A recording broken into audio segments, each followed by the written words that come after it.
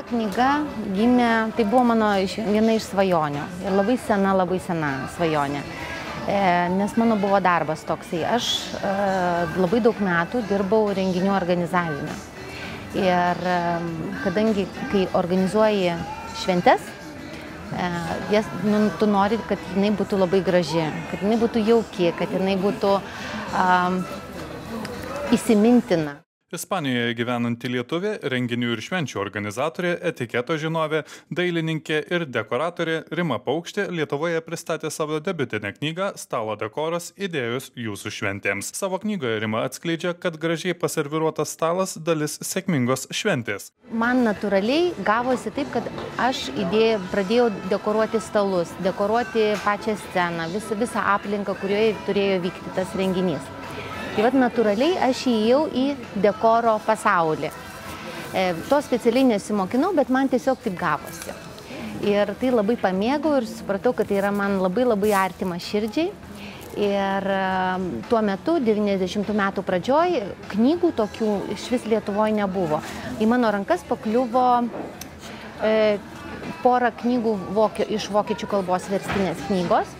Ir tuo labai džiaugiausi, tai mane dar labiau įkvėpė, kad, reiškia, mano fantazijos ne šiaip savo kažkokios, kad aš galiu fantazuoti toliau ir panašiai. Tai va, ir dirbdama tą darbą, turėdama tą artimą širdžiai užsiėmimą, man kilo mintis, galvoju, vis nepasirodo, niekas net neatveža ir net neverčia tų knygų čia Lietuvoje. Ir galvoju, ir jaunimui, galvoju, kaip būtų smagu atsiversti knygą, kuri pamokytų, parodytų, kad įkvėptų žmogų namuose lygiai taip pat daryti šventę. Ne tik paprastai, žinot, paskubom, bele kaip aš sakau, bet kad tie sekmadieniniai pietus atsirastų gražus, su šiek tiek padekoravimu, su serviruotė, su ta nuotaika suteikti, kad jeigu mama kepa pyragą, tai jau tos podelius truputėlį galbūt su paslaptim kokiu saldainukų įdėti papačią. Tiesiog daryti kažką gero artimam žmogui ir to pačiu tas grožis, nes kada yra grožis, žmonės pasitempia. Ir renginiuose, šventėse, didelėse šventėse, aš tą pastebėjau, kad kada žmonės pakliūna į gražią aplinką, kur jinai yra sutverta pagal temą ir panašiai, jie pradeda šypsotis, jie pasitempia, jie būna maloniai nustebinti.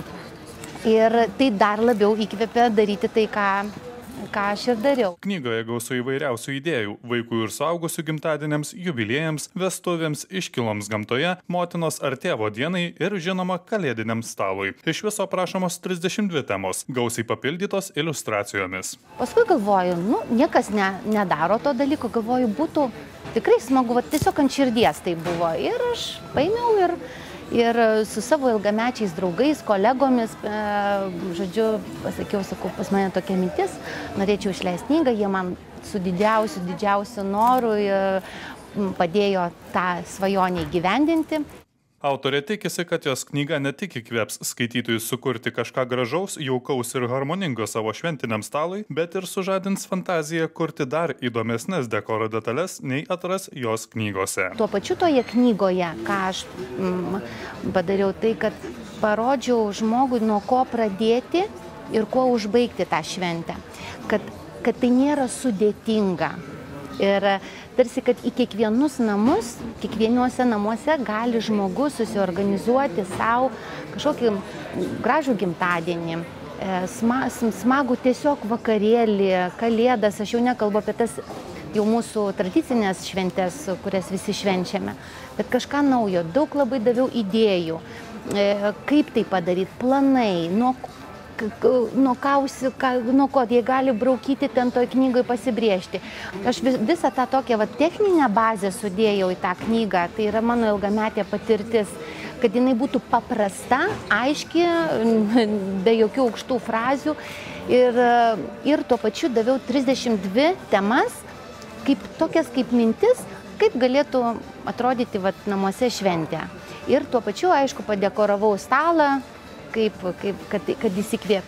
Ir aš būsiu laiminga, tikrai, jeigu žmonės skaitydami ir aplamai, ir jeigu kai jie vartys tą knygą, jiems nors viena mintis kokia nors gimtų ir kažką tai dar gražiau padarytų, aš būsiu pats laimingiausias žmogus, kad tai buvo verta kurti, kad žmonės patikėtų savimi, kad jie gali, kad tai nėra sudėtinga, kad jie būtų, tiesiog tą knygą stengiuosi padaryti, kad jinai būtų įkvėpimas kiekvienam.